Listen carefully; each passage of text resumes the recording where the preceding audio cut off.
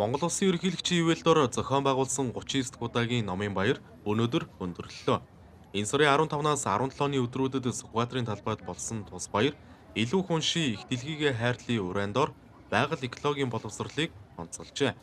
Номын баярыг 2007 оноос хойш жил бүрийн хавар намрын улиралд уламжлал болгон зохион байгуулж ирсэн. Харин энэ удаагийн баярын гол онцлог нь хүүхэд залуус чиглэсэн уншлагын соёл, байгаль экологийн боловсролыг номоор дамжуулан түгээхэд чиглэсэн явдал байлаа. Энэ жилийн номын баярын гол онцлог ерөнхийдөө хүүхэд багчуудад зориулсан агуулгыг сурталчлах, таниулах, дээрээс нь 50 номын уншлагын яг бүтэн жилийн ажлаа дүгнж номын сайн нөхрүүдийг тодруулах байгаа. Тэгэхээр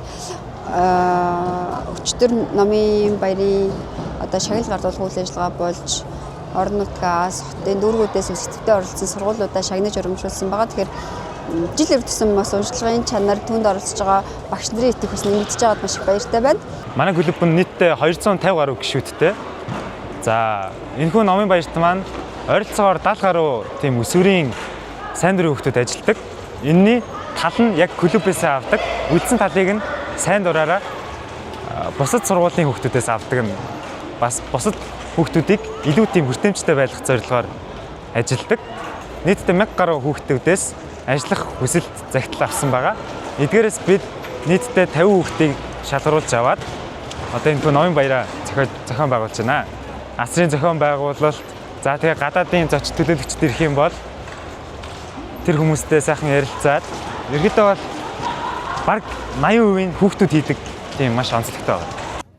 Номын соёл ертөнц төрийн бас байгууллагын дэргэдэх Либросовд утга зохиолын агентлагаас номын соёлыг түгээх агуулга бүхий 7 номоос бүрдсэн багцыг Монгол хүүхдүүдэд зориулан эрхлэн гаргахаар ажиллаж байна. Мөн ерөнхий боловсролын сургуулийн сурагчдын дунд байгаль экологийн тухай 50 номын уралдаан зарлан явуулсан нь хүүхдүүдэд байгаль орчноо хайрлан хамгаалах ухааныг төлөвшүүлэхэд чухал ач холбогдолтойг тэмдэглэж байлаа.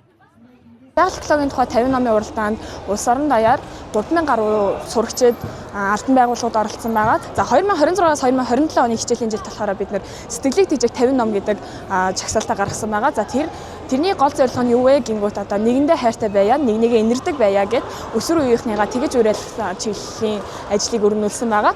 За тэгээд 50 номын ном маань болохоор 25 Монгол, 25 гадаад номоос бүрддэг. Энэ номоор сэтгэлгээг нь задлсан хүмүүс бол бүх төрлийн одоо шинжлэх ухааны үндсэн суурь тавигддаг гэж би боддог учраас нэгдүгээр ангиас нь эхэлж анхаарч одоо эцэг их хүүхдүүдэд хамтран одоо гэр бүлээр ном уншуулах тийм аяныг зохион байгуулж ингэж оролцсон байгаа. Одоо манай ангийн хоёр ээж бас төлөөлөл олон хүүхдүүдтэйгээ ирж энэ номын баярт ингэж оролцож байгаамаа. Дэлхийн хүүхдийн сонгодог зохиол гайхамшигт Монгол адаг байна. Шим соёл брэжийн зохиолоор одоо өөрсдөө одоо подкаст бэлдэж номын тэмдэглэл хөтөлбөр бодит тийм номын тэмдэглэлд одоо хүүхдүүд маань өөрсдөө хөтлөөд тэрнээрээ оролцож одоо энэ жилийн 39 одоо үндэсний хэмжээний номын баяр тэргүүллээ.